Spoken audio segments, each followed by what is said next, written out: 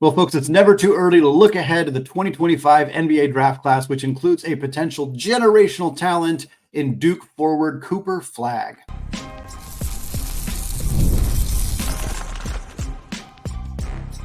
You are Locked On College Basketball, part of the Locked On Podcast Network. Your team every day. What's up, folks? Happy Thursday. Happy Independence Day here for those of you in the United States, and welcome in to the Locked On College Basketball Podcast, a daily national college hoop show, part of the Locked On Podcast Network, your team every day. I am your host, Andy Patton, joined today by our good friend, Locked On NBA Big Board, and recently Locked On Jazz host Leaf Tulane. Folks, want to thank all of you for making this show your first listen or your first watch of the day. Remind you to check us out on our Discord channel if you have not done so yet. There is a link in the show notes on both audio and video platforms. Today's episode of Locked On College Basketball is brought to you by Game Time. Folks, download the Game Time app, create an account, and use promo code Locked On College, and you'll get $20 off your first purchase. Terms do apply. Well, Leaf is here today. We're going to talk about incoming freshmen in the college basketball level. We'll talk Cooper Flagg. We'll talk about VJ Edgecombe, a handful of other guys coming into the college ranks who are likely going to be first-round picks in the 2025 NBA draft. We're also going to talk about guys returning to college who we think have an opportunity to boost their draft stock, either guys who are staying at the same school or some players who transferred to new schools and what that might do for their draft stock. We're going to close out the show talking about some second-round picks and some undrafted free agents from this most recent class that we think landed in good spots and might have an opportunity to outperform the expectations for them as draft prospects. Leaf, I know you've been crazy busy lately on NBA Big Board, on Locked On Jazz, all sorts of stuff covering this last draft class, but I'm hoping we can turn our attention to 2025 and start a conversation about Cooper Flagg, a player who has already been selected to be on the select team for the United States playing against the Team USA as they head to Paris for the Olympic Games. Don't see a lot of guys who haven't even played college basketball yet getting that invitation. He's on a team with Peyton Pritchard and Jalen Suggs and Trey Murphy and all these other established NBA veterans, which says a lot about how valuable and how good already Cooper Flagg is perceived to be. How do you think his freshman year is going to go at Duke? And is this, I mean, as much as there can be a lock of, a week after the last draft, how likely is it that Cooper Flagg is the first player picked in 2025? I mean, it's very likely. I think he's the odds-on front runner. And there are some unbelievable players that are catching up behind him. I mean, Ace Bailey, we're going to talk about he and Dylan Harper, who are attending Rutgers. There's an international player named Nolan Traore, who I think is fantastic. He's really good. And Cooper Flagg likely is number one pick, but what he's going to do at Duke is going to be he's going to have days where he scores the ball well. He's going to have days where he shoots the ball well, and that's what's going to be intriguing. But what's going to be a constant is his energy, his defense, his size, and just kind of the intangibles of, hey, this guy is going to be big. He's going to command attention, but he's going to make the right plays. Defensively, he's going to be the best defender on the team that also has a guy who's 7'2" and will block everything in common mile lock. So that's where you get the consistency, and where his potential lies is on how much he can score the ball, how efficiently he shoots the ball. And those aren't even that much of question marks for me. I think he'll be good at those. It's just not as guaranteed as him being an excellent on-ball and help defender.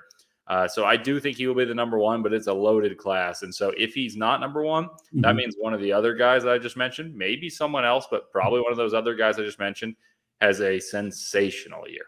Yeah, with Flagg, it's interesting because usually when you talk about like guys who are widely considered the consensus number one pick, you're talking about guys who have just these like elite ceilings. And I'm not saying that Cooper Flagg doesn't have an elite ceiling. I think that he does, but he's kind of more of a high floor prospect. And in a weak draft class, a high floor prospect makes sense. But this is a really deep, or perceived at this point, at least, as a very deep draft class. And yet Cooper Flagg's, it feels like his floor is so high because of that defensive ability. I mean, he's drawn comps to Andrei Kirilenko. And like, if you can be that, where you're so impactful defensively and you can contribute offensively, like that it is a really high floor prospect and a guy who I think is really going to thrive at Duke, especially with the other freshmen coming in. I'm really intrigued to see what Flagg does, because especially coming off a class where it was a little weaker and we kind of knew there wasn't going to be any college guys picked at the top, like that is not the case with this draft class at all. There's some great international guys who are going to push into that conversation, like Traore, Rocco Zakarski. There's others as well, but Cooper Flagg just feels so obvious as a guy who's going to succeed at the NBA level. Even if he doesn't hit his ceiling, the floor just feels really high with him. Yeah, I think the ceiling outcome of Cooper Flagg is probably not as high at the 90th to 100th percentile as you could get from maybe Ace Bailey, who could really, like, if he pans out at the 100th percentile, think of Tracy McGrady. Cooper Flagg is, I'm trying to think of like a player that everyone will know, but it Hall of Famers, and I don't want to put that pressure, but like think of Scottie Pippen maybe. Pippen had the more decorated career, but individually and what's prioritized now, you'd probably take Tracy McGrady in terms of just the scoring, what he was before injuries. Like that guy could really score the rock, and he was an excellent player. And Pippen, once Jordan left, was the man, and he scored well, but he's better suited as playing as perhaps the best Robin there's been. And I think Cooper Flagg can be the guy on a team, but he's not as natural of a scorer, and you're not seeing very many teams with a non-natural score win. And like that speaks to how great he is as a player to make himself in that conversation of being, hey, that's the guy who's going to score when his best trait's defense. But I think at the top end percentile, there's a world in which Harper, Bailey, Traore, maybe not Traore because he's kind of a point guard, like he's going to pass as his weapon. But he scored 45 in the Adidas Nations League thing. So, but yeah, no, I think the best thing about Flagg is you're going to get a crazy ceiling, and it's still maybe not the best in the draft, but his floor is unbelievable. Like he could play in the NBA right now. I think he just turned 18. Let's talk about some of the other freshmen. You talked about the Rutgers guys. You talked about Bailey, a little bit about Harper. Obviously, that's one of the most intriguing things happening in college basketball next year is two like one and done lottery caliber talents joining a Rutgers program that doesn't typically have players like that in the system. So very intrigued to see how that's going to go. A couple other names, and Leaf, you can kind of pick who you want to talk about here. Obviously, VJ Edgecombe has made some headlines very recently for his performance with the Bahamas team in the prequels for the Olympics here. We've also Tre Johnson at Texas is a player I'm really intrigued by, especially after they add Arthur Kaluma. I'm curious what that's going to do for his role for Roddy Terry's team. We got Liam McNeely at UConn. There's a handful of guys that feel like they're, at this point, whenever you see mock drafts right after the most recent draft, they're usually littered with one and done freshmen. We know that the amount of one and done freshmen that are showing up on mock drafts right now is probably not going to be the total that we actually end up getting with. A lot of those guys end up fading, like we saw with DJ Wagner and Justin Edwards and others last year. But who are some of the guys on this list that really stand out to you as like, yeah, that's a guy who's going to have a great year in college basketball and be a top 10 or maybe even top 5 pick next June?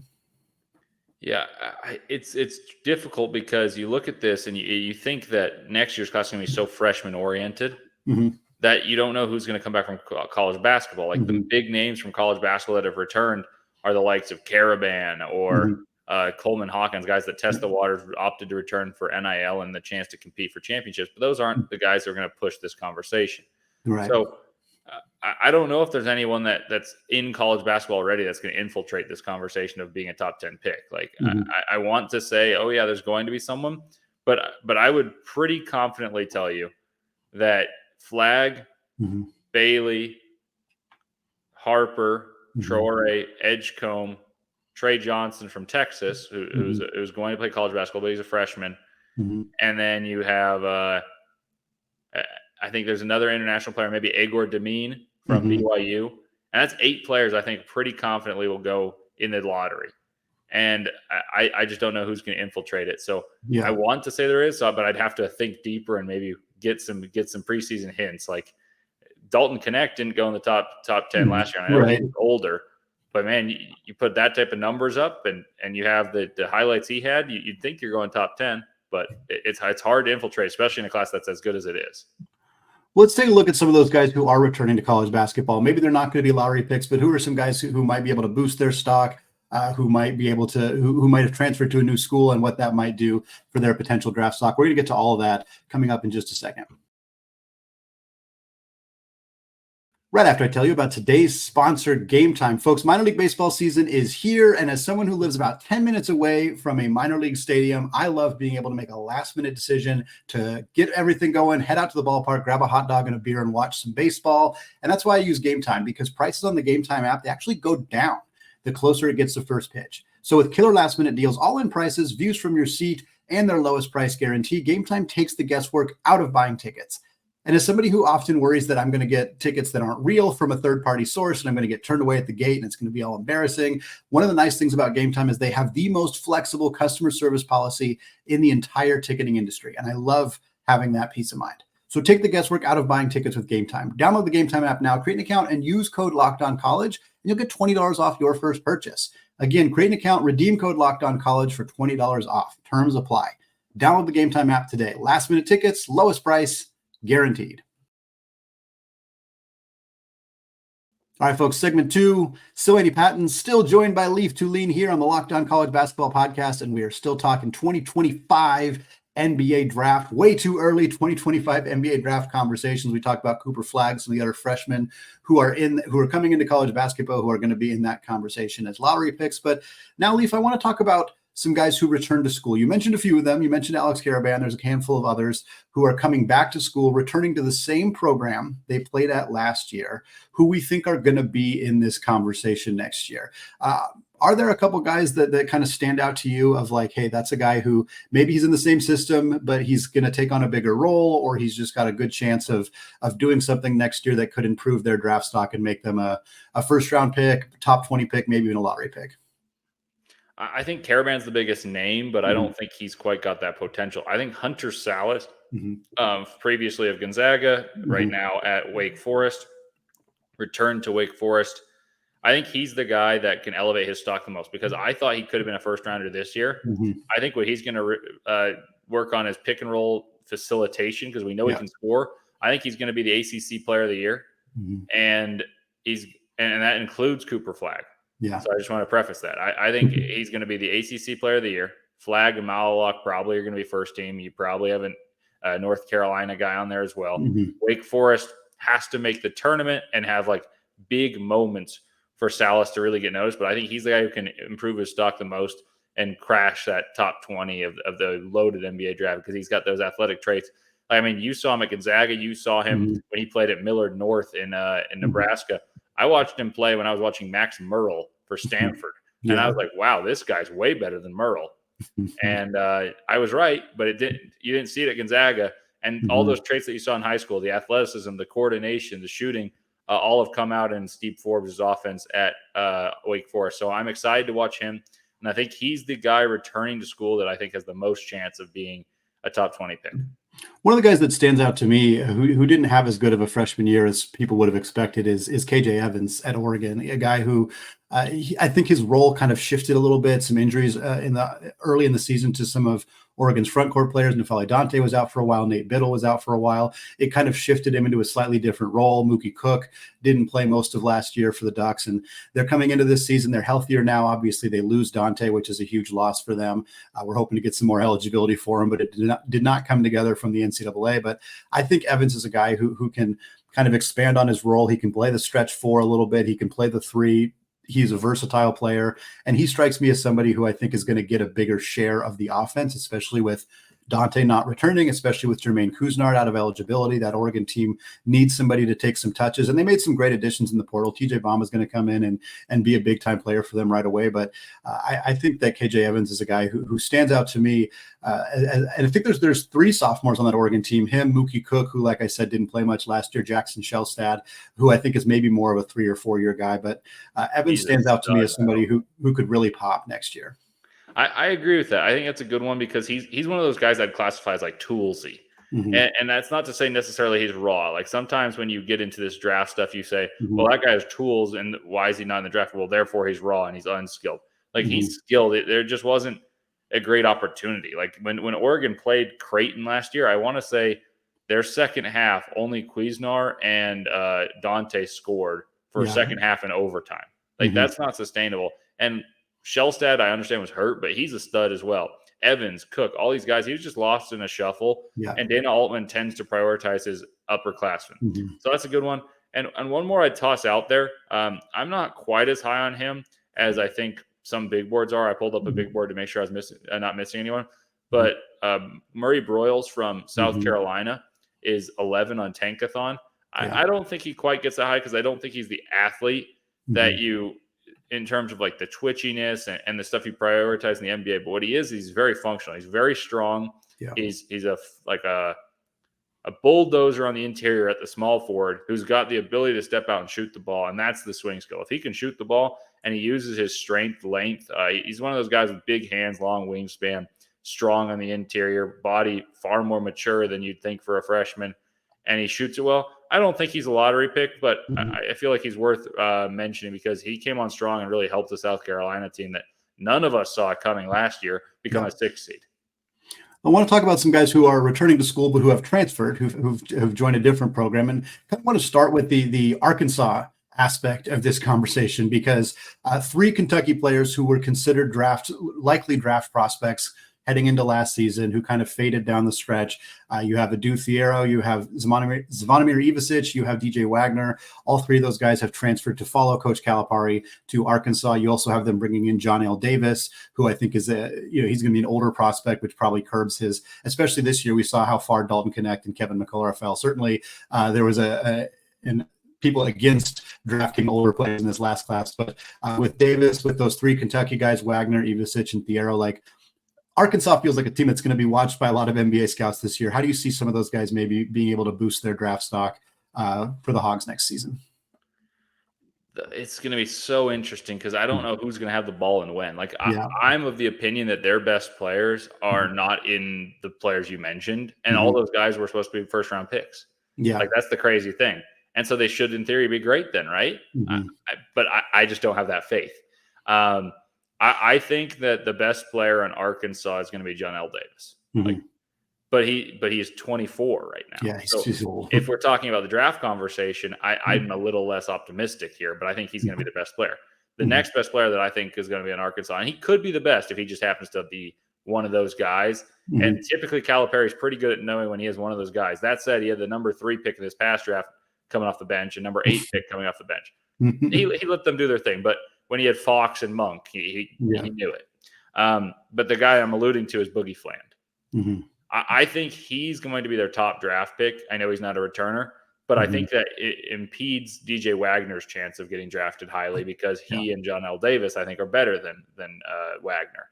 Adou Thiero is a really interesting one because in theory, he's got the body that's really good. And if he shoots it well, because he's got that activity, he rebounds, he fights on defense.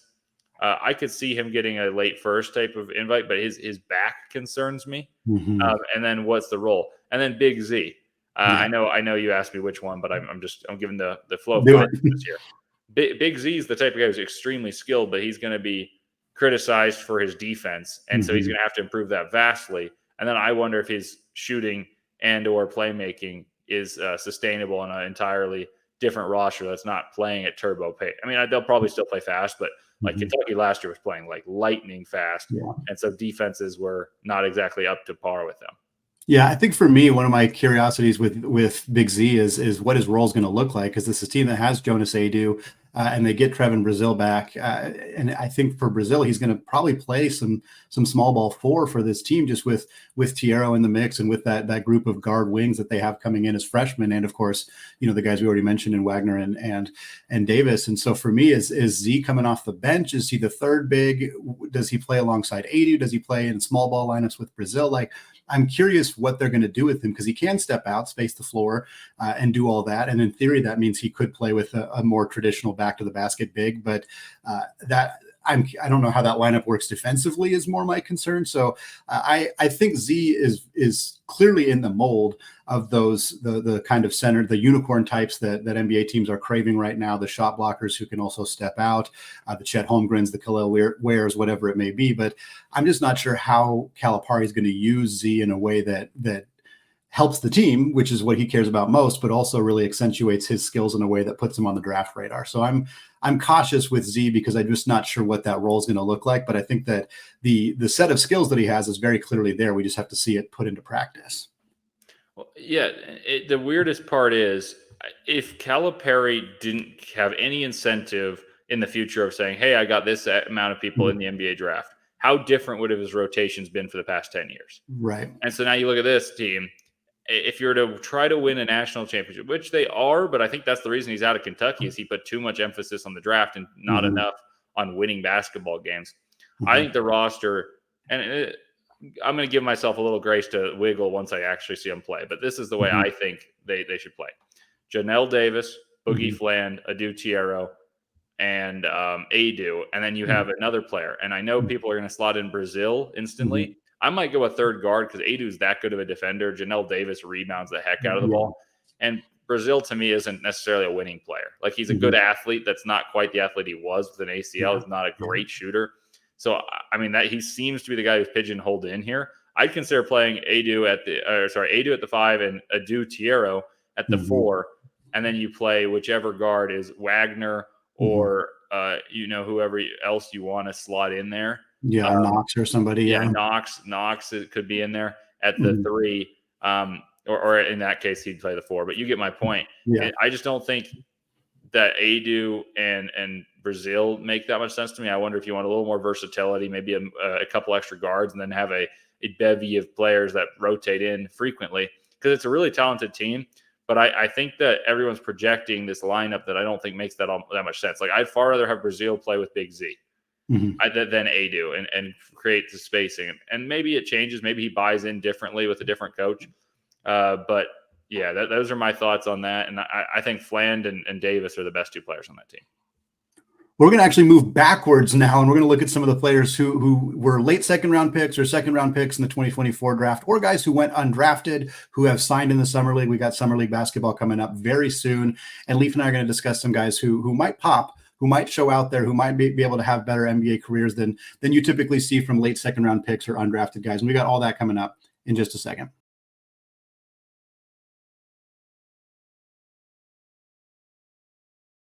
All right, Leaf, segment 3 here, closing out the show, talking back about the 2024 draft class, some guys who maybe are going to have better careers than they might have showed out with where they got selected in the draft. Before we get to the undrafted guys, let's just talk some second-round picks. Were there certain guys, certain players that went in the second round that you thought, wow, that's a great fit, or that's a player who's very likely to exceed the expectations of where they were selected? I liked a few of them. I think, namely, everyone's going to say, "Oh, Filipowski," and he's on my Jazz. But I've never been a Filipowski guy, so I want to make that clear. I do think getting him at 32 is not bad. Sure. When you look at the draft, though, the way I think about it's a little different. I think you got to get a value for the team as well as in terms of the player. So I like a guy like Nikola Jurisic, who wasn't a college player. So then who he was traded for was Pelle Larsson. He goes to Miami. Pelle Larsson on a different team I'm not that optimistic about. But Miami, Pelle Larsson can shoot the ball, and he's a good athlete. They can turn you into a really good defender. I thought he was a defender that wasn't quite up to the capacity of what his athleticism would let him be at Arizona, but they had so many good athletes. He shot the ball well. He's going to run. I like that fit a lot. Your guy, Anton Watson, I think found himself into a very good spot. He's going to play team basketball, not have to score. And I think they have belief that he can turn into a shooter because all the versatility, passing, small ball 5, facilitate out of the block or run the floor, that all that stuff is appreciated where he landed. So those are 2 that are stalwarts of college basketball, both Tommy Lloyd and Mark Few, guys you're familiar with. But I like those 2 landing spots, and that's what matters most to me when you're in the second round. Like, unless you're a glaringly obvious talent that somehow fell for like attitude concerns or something, I typically look for landing spots. So those 2 stood out to me. Yeah, I really like the way Boston attacked this draft with Baylor Shireman and Anton Watson, older guys, veteran guys who were well coached. And you're right. I think Brad Stevens talked about wanting Watson to be more of a shooter, and it's a low risk, high reward situation for Boston. You ask Anton Watson, "Hey, we want you to pump a bunch of threes and get really good at that area of the game." If he does, you have a 3-and-D wing that you got with one of the last picks in the draft. If he doesn't, and he's unable to become more of a volume shooter, then that's it. Your 54th pick didn't pan out. Like, that happens. That's not a big deal, but it's worth that risk. And I really like what what I think Boston is going to be able to do with an Anton Watson type. I think that fit is really logical there. And I thought he was going to be an undrafted guy. Obviously, he wasn't on a lot of mock drafts. The draft folks were not prepared for him to get selected. That was very clear. But there were a lot of guys who did go undrafted, who I was really excited to see where they ended up and curious to kind of see how that might shake out for them. I think the most notable non-drafted player was Justin Edwards, a guy who was one of the top players in that recruiting class. I think he was third at most outlets, one of the highest rated recruits to go one and done and then not get selected. He ends up in Philadelphia. I'm not super optimistic about Justin Edwards. I think there's obviously a reason he fell all the way out of the draft. There's not facilitation skills. The athleticism is underwhelming. The shot was there, but it's, I can see why he fell, but I could also see if he gets in the right spot. I'm not sure it's Philadelphia, but if he ends up in the right spot, I could see him panning out as a guy who we're like, oh, maybe he should have gotten picked after all. But the season he had last year didn't merit getting picked, and that's what ended up happening. Yeah, I think you put that well. Like, I was never all that big a fan of Edwards coming into Kentucky. Watched him play in the scrimmage of the blue-white game, and everyone had him in the top 5. I was like, I don't see what on earth you guys are seeing because he can't dribble. Well, in Philadelphia, he's not going to need to dribble if he makes the rotation, and he needs to shoot well. And his shot came along, so it's a low-risk, potentially high reward because he does have an NBA body. I don't think he's quite the athlete that he was built to be, but he's got an NBA body. I like that one. And the other undrafted guy that I really like the landing spot for is Trey Alexander. Like, Trey Alexander scored 17 points a game, 5 assists playing point guard, but he's a 2 guard, has a 6'10" wingspan, defended typically one of the best wings on the opposing roster, and had a huge responsibility for 2 Creighton teams that are very good, and his role changed. So I'm someone who really likes role versatility. That's part of the reason I had Anton Watson in my top 50. Because he played a lot of different roles and he excelled in a few of them.